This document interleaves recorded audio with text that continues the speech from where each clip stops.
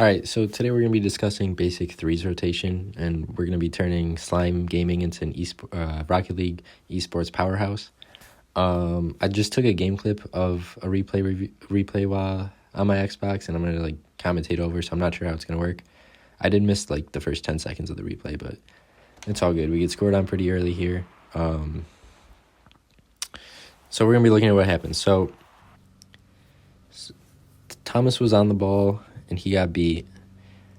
This looks like it's Cameron's ball to contest, right? And so I'm going back. I'm in third man position, basically, heading back to play defense, be the deep man, last guy standing.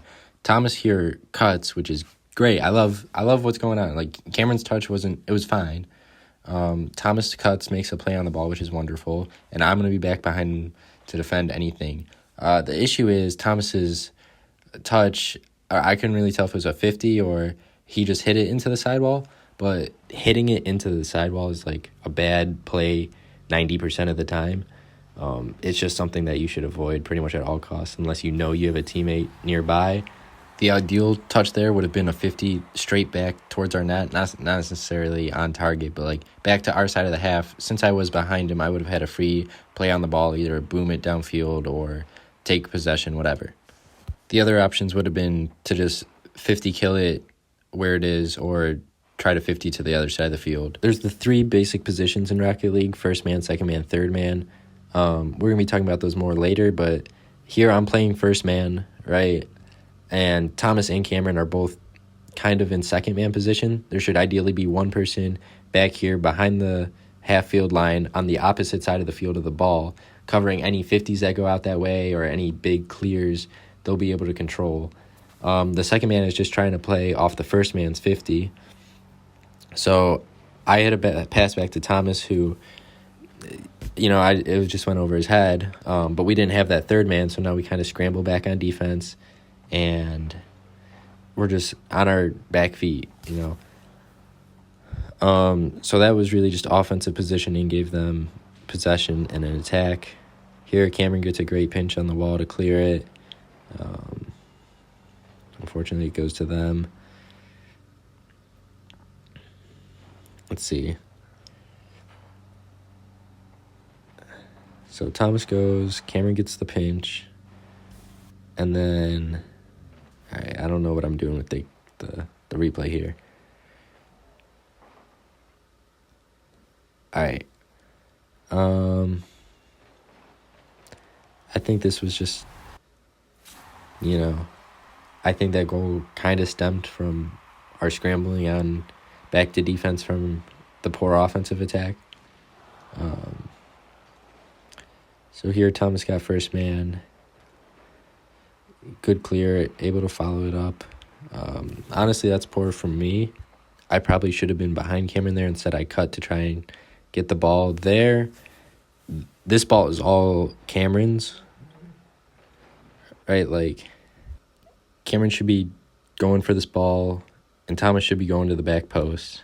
And then I would follow Thomas behind the back post. Instead, Thomas cuts rotation and kind of steals Cameron's ball, because even though Cameron doesn't have a lot of boost to work with, he's got a 50 that could take it out into that open space on the right side of the field.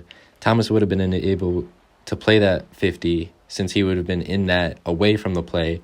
But this whole sequence, Thomas and Cameron are just kind of the same player in the same spot. They are on top of each other, which doesn't really work. Thomas should be trailing Cameron here by a lot and playing whatever touch Cameron does or doesn't get on this ball. We got to play off each other and with more space in total. I go for mid boost there, which is pretty aggressive. I shouldn't have. But we're just not able to get clears because of the lack of spacing overall.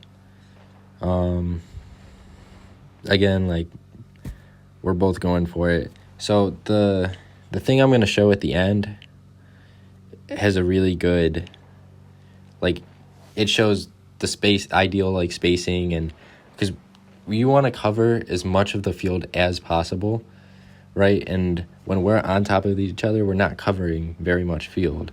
When you look at your car, you have like a little cone in front of it, and that's the area that you can touch. You want that. You don't want two people's cones to be overlapping. So on that last goal, I'm playing first man here. Cameron's second man. Thomas goes for a back boost, puts him in third man position. The issue is we're still too close. Even though we're in decent positioning, we're not in great positioning. And Cameron was set up in mid, which is not really where the second man is supposed to play. Sitting in mid typically isn't a good strategy on offense because the ball is just not going to go there that often. Ideally, you have your second man playing directly behind your first man to cover in case the first man gets beat, or it'll be in a better position to cover most 50-50s, because if you're in the middle, you can't cover things that go behind, but if it's like a 50 that bounces off the roof and you're behind, you can cover 50s that go to the middle.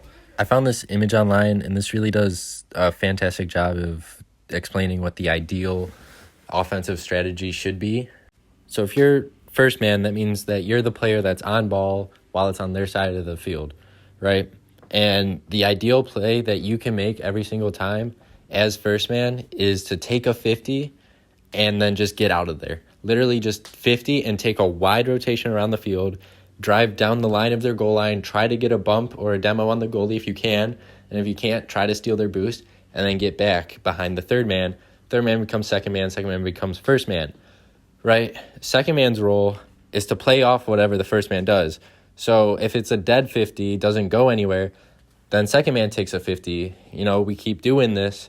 If the 50's back to second man and he has a shot, take the shot, obviously, or as you can see, passing the ball to third man is an option if, it works out that way. Second man should be positioned a lot farther back than you would probably think.